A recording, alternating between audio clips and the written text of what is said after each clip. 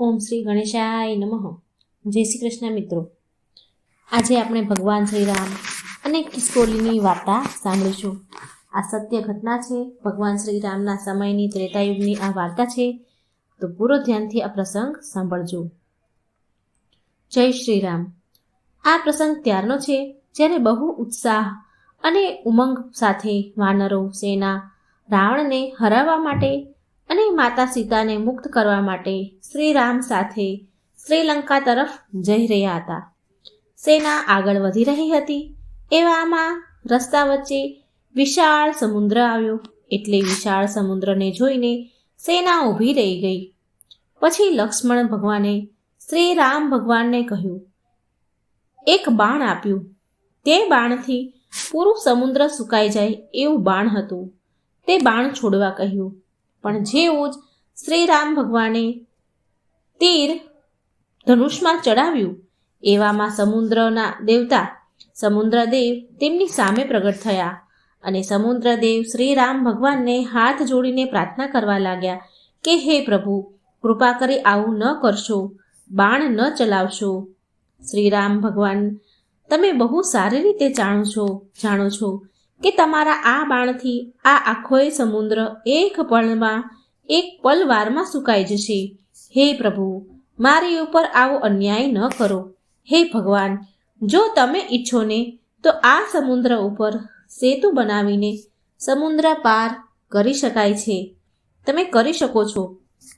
આ સાંભળી શ્રી રામજી બોલ્યા, હે સમુદ્રદેવ, તમારા આ ઉપાયથી, આ સુઝાવથી હું ખૂબ ખુશ થયો. તમારો આ સુઝાવ મને પસંદ આવ્યો. આમ કરવાથી આપણા બંનેની સમસ્યાનું હલ નીકળી જશે.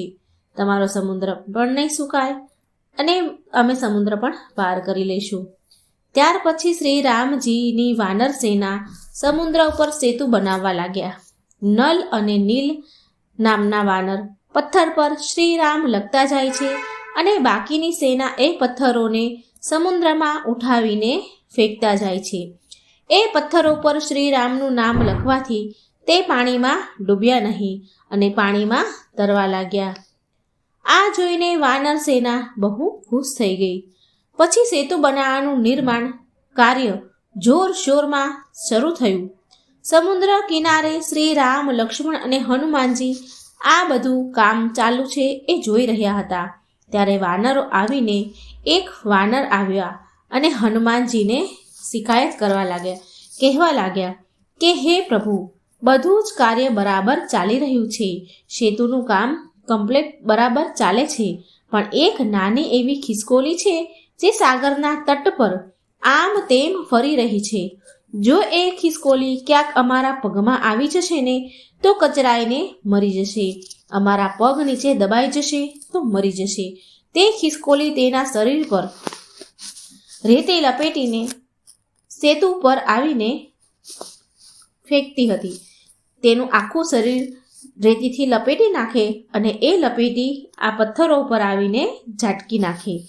પથ્થર પર રેતી નાખતી હતી. આમ કરીને હનુમાનજી આ બધું જોવે છે અને ખિસકોલીની મનસા સમજી ગયા. હનુમાનજીએ જઈને તે ખિસકોલીની પૂંછડી ઉપર પગ મૂકી દીધો. એટલે તે ખિસકોલી બૂમાબૂમ કરવા લાગી. હે રામ, હે રામ, હે રામ બોલવા લાગી. ખિસકોલીનો પોકાર સાંભળીને શ્રી રામ ભગવાન પણ ત્યાં આવ્યા જ્યાં હનુમાનજીએ ખિસકોલીની પૂંછડી દબાવી હતી. પછી શ્રી રામજીએ ખિસકોલીને તેના હાથમાં પકડી લીધી અને પૂછ્યું કે ખિસકોલી, આ મોટા મોટા વાનરો વચ્ચે તું શું કરી રહી છે? એટલે ખિસકોલી બોલી, પ્રભુ, સેતુ ઉપર બહુ મોટા મોટા પથ્થર છે અને એ પથ્થર તમારા પગમાં ન વાગે એ માટે હું રેતી લાવીને આ પથ્થરો ઉપર નાખી રહી છું.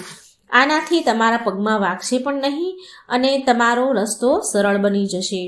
વાનરોને તમારી સેવા કરતા જોઈને મારા મનમાં પણ તમારી સેવા કરવાની ઈચ્છા જાગી ઉઠી.